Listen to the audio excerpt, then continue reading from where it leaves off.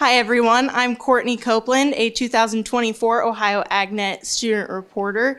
Today we're joined by National FFA Eastern Vice President Morgan Anderson. Morgan, do you want to tell us a little bit about yourself?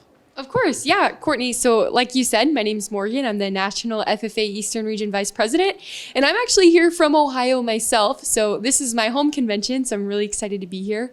Home for me is in Fairfield County, just in Amanda, Ohio, and I'm from the Amanda Clear Creek FFA chapter. There in Amanda, my family has a 7th generation cattle farm, and family owned and family operated, and so I've grown up with that around my entire life, as well as some poultry and things, and so I've always been surrounded by agriculture and kind of led me to where I am today. Awesome. So what kind of built up to you deciding to run for a national office, and what was the defining moment where you decided this was my plan for my life and this is what I wanted to do?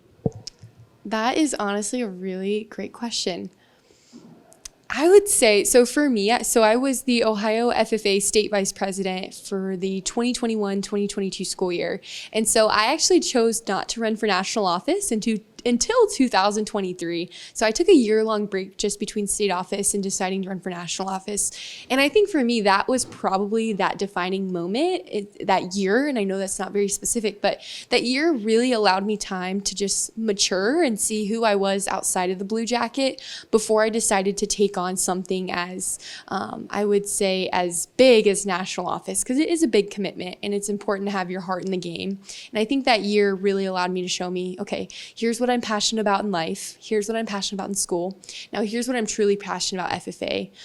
It really let me see that national office isn't just a title that I wanted to win or an award I wanted to have, that it was truly an experience that I wanted to use to serve others. And so that year was really pivotal for me. And I think that's allowed me to be very mentally sound and productive during my year so far.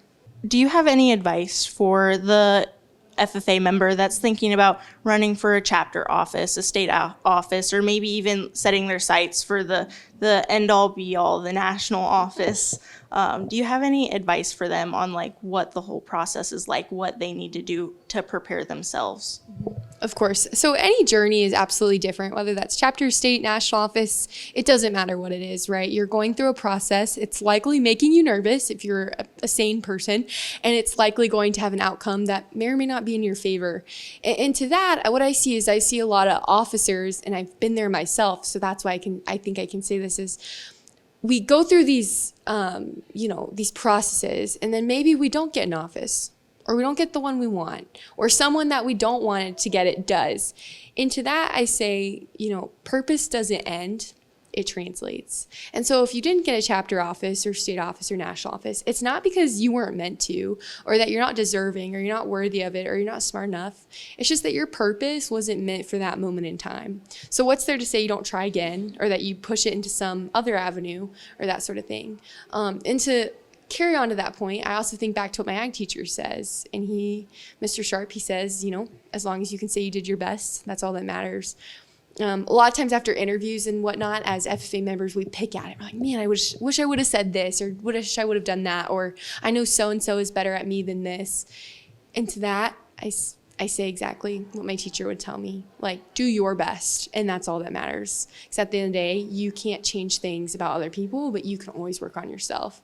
And so those are two hefty pieces of advice, but I think when you give yourself that grace and you give yourself, that flexibility to truly like breathe the moment, it makes those processes a whole lot more smoother for yourself. Yeah. So how has your year as a national officer been so far, and what's it been like coming back to your home state, Ohio, for convention as a national officer? Like, what's the whole journey been like? Mm-hmm. Courtney, coming back home for convention has been awesome. I mean, seriously, so part of being a national officer is they call it informally the 100,000 mile year, because you cover 100,000 miles, whether that's all across the country or halfway around the world. You gain those miles quick. And so obviously, right, there's only one Ohio, there's only one place I call home. And so a lot of those places I go to are not obviously home. And so it looks like going to a lot of new places with a lot of new faces and trying to make there be some familiarity. And so to come home and just know people, or at least know where they're from and have that kind of common ground, it's really nice. And I couldn't trade this feeling for the world. There's something so comforting about being in a room of 10,000 people. And even if I don't know all of them or even close to any of them, at least to a certain degree, like we're all bonded by certain things. And I really appreciate that. And then as a national officer, I mean, gosh, yes, that 100,000 mile year is crazy. Like out of the 365 days in a year, I think I spend 30 or 35 of them at home. Crazy. So far, I've been everywhere from Nebraska to the state of Washington, all the way over to Rhode Island for their state convention, and everywhere in between. And that list is only gonna grow. So it's a crazy year. I would not change it for the world. And I highly encourage, if anyone ever wants to get their travel bug out, they should totally go for national office. And it's awesome.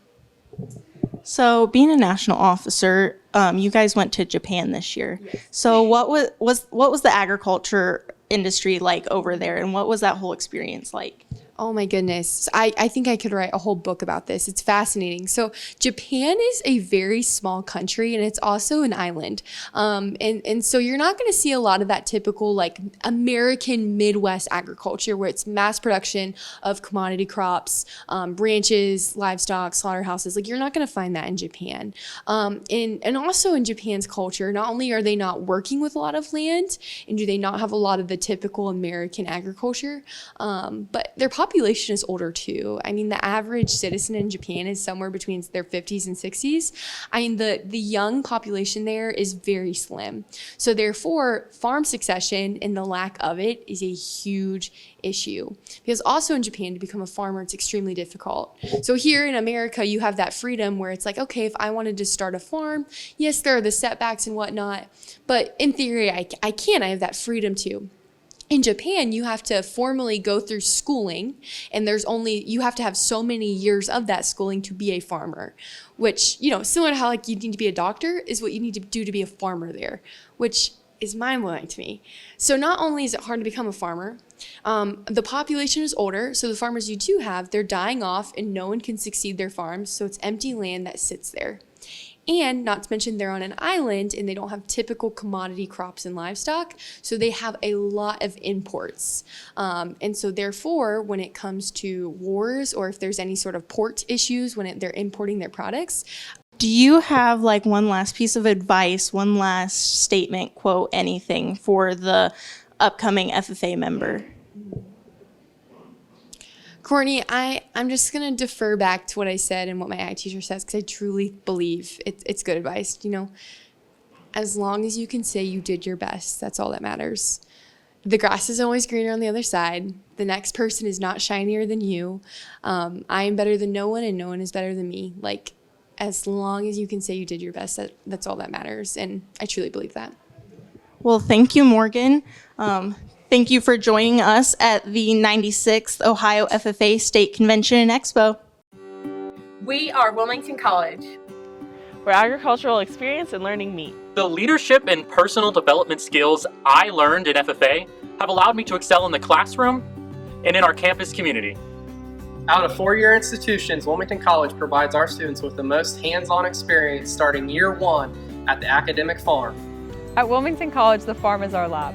Because of Wilmington College, I have grown as a person, professional, and leader. I've been able to further my education as a first-generation college student. We are Wilmington College. Hands-on learning, hands-on living.